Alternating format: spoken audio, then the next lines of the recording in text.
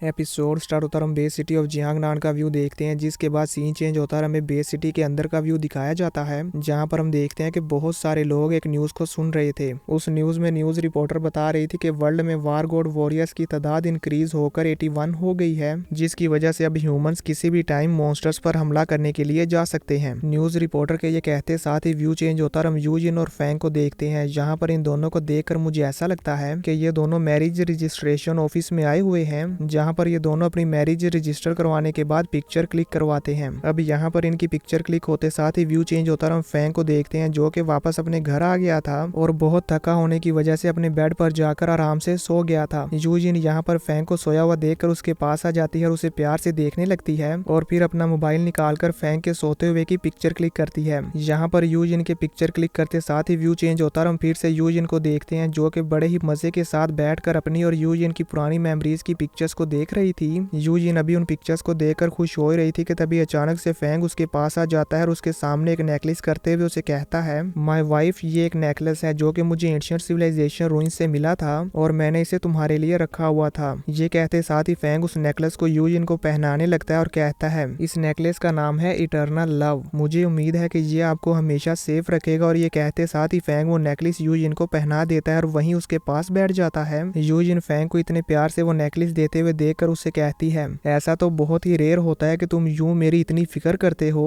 दोस्तों यहाँ पर फैंग यूजिन को ऐसा इसलिए कहती है क्योंकि जब से फैंग ने यूजिन को प्रपोज किया है उसके बाद से फैंग ने कभी भी यूजिन को कोई गिफ्ट नहीं दिया और ना ही ज्यादातर कभी यूजिन के साथ बात की है। जहाँ तक मुझे लगता है कि फैंग ने यूजिन को प्रपोज करने के बाद तकरीबन 2 या 3 बार ही बात की होगी, वो भी सिर्फ उसका हालचाल पूछने के लिए। इसी वजह से यूजिन यहाँ पर फैंग को कहती है कि ऐसा तो बहुत ही रेयर होता है कि तुम मेरी फिक्र करते हो। यूजिन के ये कहते साथ ही व्यू चेंज होता है, हम वर्चुअल वर्ल्ड में बबाता को देखते हैं जो कि मजे से अपना सनराइज एंजॉय कर रही थी और वो यहाँ पर फैंग को इस तरह से यूजिन के साथ प्यार करता हुआ देखकर उससे कहती है, मैरिज तो सिर्फ अर्थ के लोगों के लिए अपने बच्चों को पैदा करने के एक तरीके कार के तौर पर यूज होता है और उसी के साथ साथ ये एक प्रॉमिस भी है और उनके आने वाले बच्चों के लिए प्रॉपर्टी का गिफ्ट भी। वैसे देखा जाए तो ये काफी मुश्किल है। बबाता की बात सुनकर फैंग अपने मन में बबाता को रिप्लाई देते हुए कहता है, मैं यूजिन के साथ मैरिज इस तरीके कार से गुजरने के लिए नहीं कर रहा हूँ। आगे दोस्तों आप सब लोग तो समझदार ही हैं कि फैंग यहाँ पर किस तरीके कार से गुजरने की बात कर रहा है। ये कहने के बाद फैंग बबाता से कहता है, अलग अलग ऑर्गेनाइजेशंस को मिस्ट आइलैंड से बड़ी तादाद में वुड क्रिस्टल्स मिलने के बाद अब हमारी अर्थ पर स्टार ट्रैवलर वॉरियर्स की तादाद काफी इंक्रीज हुई है, जिसकी वजह से हर कंट्री के पास पहले ही मॉन्स्टर्स के साथ फाइट करने के लिए काफी ज्यादा मैन पावर मौजूद है। ज्यादा मैन पावर होने की वजह से इस साल हमारी अर्थ पर पहले से काफी ज्यादा खामोशी हो गई है, यानी कि अब हमें ज्यादातर ये न्यूज सुनने को नहीं मिलती कि उस कंट्री में मॉन्स्टर का अटैक हो गया या फिर उस कंट्री में मॉन्स्टर का अटैक हो गया। अब ज्यादा वॉरियर्स होने की वजह से हम ह्यूमंस बहुत ही आसानी से अपनी लाइफ को गुजार रहे हैं, वो भी बिना किसी मॉन्स्टर अटैक के डर से। जब फैंग यहाँ पर ये सारी बातें कर रहा था तब हम देखते हैं कि बबाता मजे से सनराइज को एंजॉय कर रही होती है। अब व्यू चेंज होता है, हम यूजिन और फैंग को देखते हैं जो कि अपने रूम में बैठे हुए थे और यहाँ पर यूजिन अपनी वेडिंग के लिए ड्रेस को पसंद कर रही थी, जहाँ पर वो फैंग को अपनी मैरिज के लिए ड्रेस दिखाते हुए कहती है,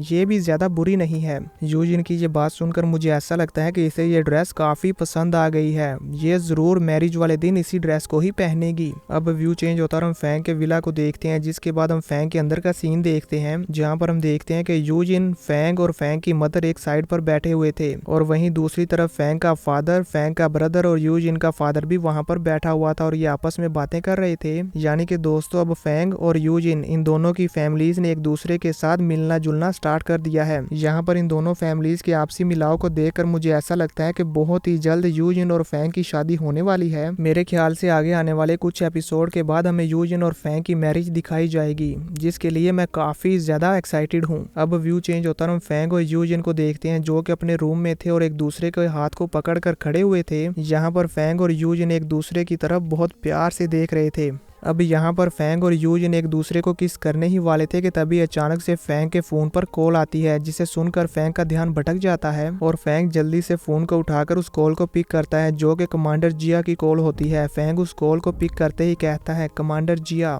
फैंग की आवाज सुनकर कमांडर जिया कहते हैं, मेजर जनरल लुओ, एक बहुत ही ज्यादा इंपॉर्टेंट मीटिंग है। फर्स्ट लीडर ने हमें यहाँ आने के लिए कहा है, इसलिए आप जल्दी करें और वार गॉड पैलेस में आ जाएं। कमांडर जिया की बात सुनकर फैंग भी समझ जाता है कि अगर हाल लीडर ने हमें उस मीटिंग में आने के लिए कहा है तो वो मीटिंग वाकई ही बहुत ज्यादा इंपॉर्टेंट होगी। इसलिए फैंग कमांडर जिया की ये बात सुनकर उनसे कहता है, जी हाँ, मैं जल्दी ही वहाँ पर आ रहा हूँ। यहाँ पर हम देखते हैं कि जब फैंग कमांडर जिया के साथ बात कर रहा था तो यूजिन भी फैंग की ये बात सुन रही थी और वो फैंग की ये बात सुनकर काफी उदास हो जाती है, क्योंकि अब फैंग को यहाँ पर यूजिन को अकेला छोड़कर जाना होगा। यूजिन की इसी उदासी के साथ व्यू चेंज होता है और मिलिट्री की बेस को देखते हैं, जहाँ पर वो मिलिट्री वाले उस मॉन्स्टर पर अंधाधुंध फायरिंग कर रहे थे। यहाँ पर हम देखते हैं कि ना सिर्फ मशीन गन्स बल्कि वहाँ पर मौजूद टैंक्स भी उस मॉन्स्टर पर अटैक कर रहे थे। तभी हम उस मॉन्स्टर को देखते हैं जो कि मिलिट्री बेस के सामने खड़ा हुआ था और ये सारी फायरिंग आकर उसको डायरेक्ट हिट कर रही थी। लेकिन यहाँ पर इतने सारे मशीन गन्स के अटैक और टैंक्स के अटैक के बावजूद भी उस मॉन्स्टर के ऊपर कोई भी स्क्रैच नहीं आती।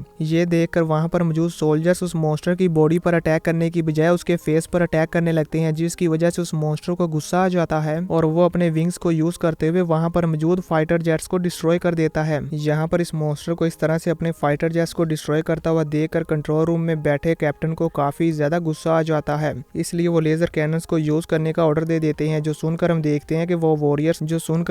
हैं कि वहाँ पर मौजूद सोल्जर्स जल्दी से लेजर कैनन्स को रेडी कर लेते हैं। लेजर कैनन्स को रेडी होता हुआ देखकर वो मॉन्स्टर भी समझ जाता है कि ये लेजर कैनन्स मेरे लिए खतरनाक हो सकती हैं। इसलिए वो मॉन्स्टर काफी ज्यादा स्पीड के साथ आगे बढ़ता है और अपने विंग्स को यूज करते हुए जल्दी से उन लेजर कैनन्स को डिस्ट्रॉय कर देता है। और इन लेजर कैनन्स के साथ साथ वो सोल्जर वहाँ पर मौजूद बाकी सभी टैंक्स को भी डिस्ट्रॉय करने लगता है, जिसकी वजह से हम देखते हैं कि वहाँ पर मौजूद सभी सोल्जर्स बहुत बुरी तरह से मारे जा रहे थे और उनमें से कुछ सोल्जर्स तो वहाँ पर ब्लास्ट होने की वजह से उड़ते हुए काफी ज्यादा दूर जाकर गिरने लगते हैं। तभी अचानक से एल्डर मू हेंडरसन स्पीड के साथ आते हैं और वहाँ पर मौजूद सोल्जर्स को बचाने लगते हैं। यहाँ पर एल्डर मू हेंडरसन जितने ज्यादा हो सके सोल्जर्स की जान बचाने की कोशिश कर रहे थे। वहाँ पर मौजूद उन सोल्जर्स को बचा लेने के बाद एल्डर मू हेंडरसन कंट्रोल रूम में फोन करके उनसे कहते हैं, मुझे इस मॉन्स्टर का डाटा दें। पर यहाँ पर हम देखते हैं कि कंट्रोल रूम के पास कोई भी डाटा नहीं था, जो देखकर एल्डर मू हेंडरसन को काफी ज्यादा गुस्सा आता है। पर वो यहाँ पर कुछ भी नहीं कर पाते, क्योंकि यहाँ पर कंट्रोल रूम का भी कोई दोष नहीं है, क्योंकि वो तो इस मॉन्स्टर के बारे में डाटा कलेक्ट करने की अपनी पूरी कोशिश कर रहे हैं। अब यहाँ पर एल्डर मू हेंडरसन उस मॉन्स्टर का डाटा ना मिलने की वजह से गुस्सा हो ही रहे थे कि तभी अचानक से उन्हें वार गॉड वॉरियर कियाता की कॉल आती है, जो कि कॉल पर आते साथ ही कहता है, थर्ड एल्डर, मेरे यूरोपियन फाइटर जेट्स और आपके अमेरिकन फाइटर जेट्स दोनों ही अटैक करने के लिए बिल्कुल रेडी हैं। अब आप हम सबको इंस्ट्रक्शंस दें कि हमें आगे क्या करना है। एल्डर मू हेंडरसन कियाता की ये बात सुनकर मिलिट्री बेस में कॉल करते हैं और उनसे कहते हैं,